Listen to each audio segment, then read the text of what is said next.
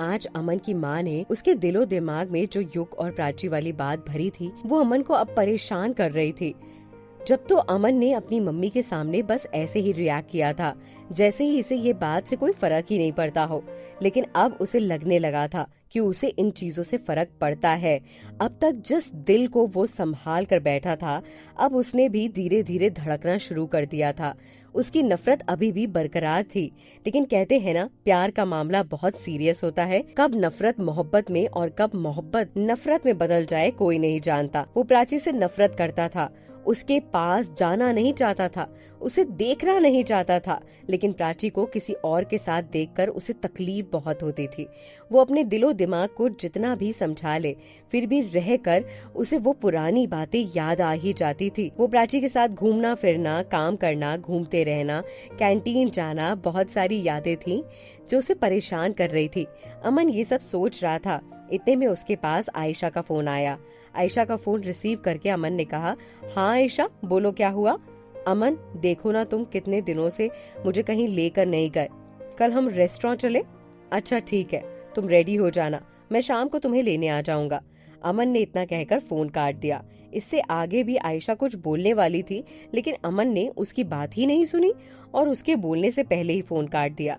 ये देखकर आयशा थोड़ा और परेशान हो गई, लेकिन उसने अमन पर ध्यान नहीं दिया क्योंकि वो भी बहुत सारी चीजों को लेकर परेशान थी और अमन प्राची की यादों के कारण परेशान था। वो हाथ में पायल लिए अभी भी उस अनजान लड़की का भी इंतजार कर रहा था जिसने उसकी जान बचाई थी। वो जानना चाहता था कि वो लड़की कौन थी जिसने उसकी जान बचाई थी, लेकिन अब सच भी ज्यादा दूर नहीं था। बहुत जल्द सच अमन के सामने आने वाला था। दिव्यांशी ने पूजा के साथ मिलकर पूरी प्लानिंग कर ली थी कि वो अमन के सामने आयशा का सच कैसे लेकर आएगी, लेकिन क्या आयशा चुप बैठने वालों में से थी? वो भी कुछ न कुछ प्लान कर रही थी, वो भी कुछ बहुत बड़ा करने वाली थी।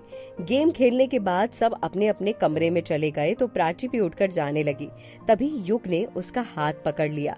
ये देखकर प्राची ने खुद को संभालते हुए कहा, क्या हुआ?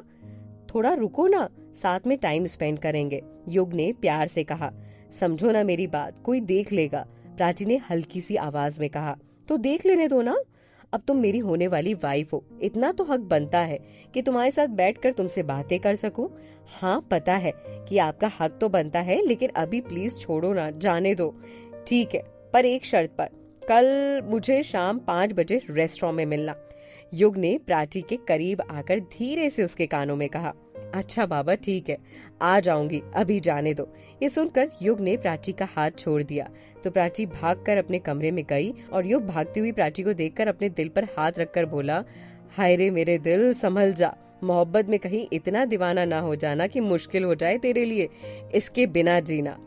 अकेले में क्या बड़बड़ा रहे हो? सामने से आरव ने आकर कहा तो युग ने शर्मा कर कहा, कुछ कुछ कुछ भी तो नहीं, वो तो बस ऐसे ही। डरो मत, मैं सब समझता हूँ। वैसे एक बात तो है, तुमने प्राची में थोड़े बहुत चेंजेस तो कर दिए हैं। आरव ने युग से कहा तो युग बोला, कैसे चेंजेस? अब तो उदास नहीं रहती है वो, ना ही अमन की यादों में रोती रहती है। सबके सामने भी हंसकर मिलजुल कर इतना काफी है हमारे संग कि ये रह लेती है।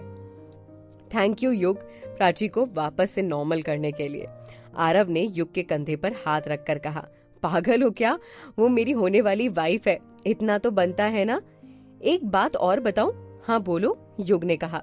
शोरूम में बहुत सारी प्रॉब्लम्स आ रही हैं, डील्स वगैरह में, और काफी लॉस भी हो रहा है, पर मैंने मैनेजर रीटा से कहकर मना कर दिया है कि वो प्राची को ये सारी बातें ना बताए। अगर प्राची को ये बात पता चली तो वो यहाँ से झट से भागकर इंदौर चली जाएगी और फिर सगाई में आने से आनाकानी करेगी। इसलिए मैं चाहता हूँ कि एक बार तुम लोगों की सगाई हो जाए, फिर तुम दोनों ही हम सब ही वहाँ चल लेंगे वापस। शोरूम में प्रॉब्लम आ रही है ये बात तो ठीक है, पर बाद में ये प्राची को बात पता चली तो वो तुमसे गुस्सा नहीं होगी? तुम तो जानते हो ना वो शोरूम से कितना प्यार करती है, बाद में वो तुमसे नाराज ना हो।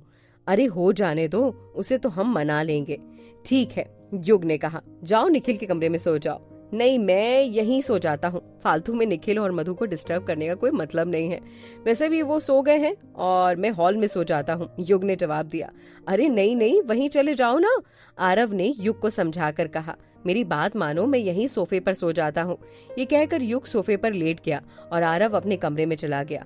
युग के लेटते ही उसकी आंख लग गई।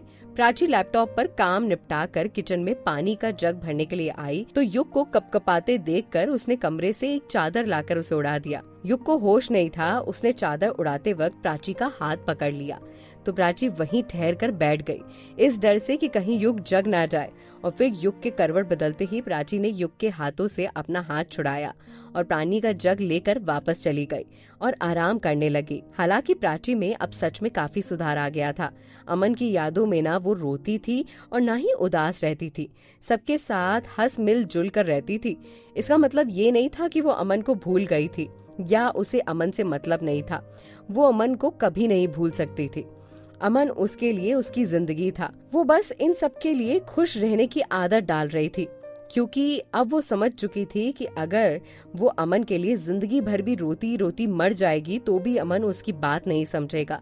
इसी बात को लेकर उसने युग के साथ अपनी जिंदगी में आगे बढ़ने का फैसला लिया था।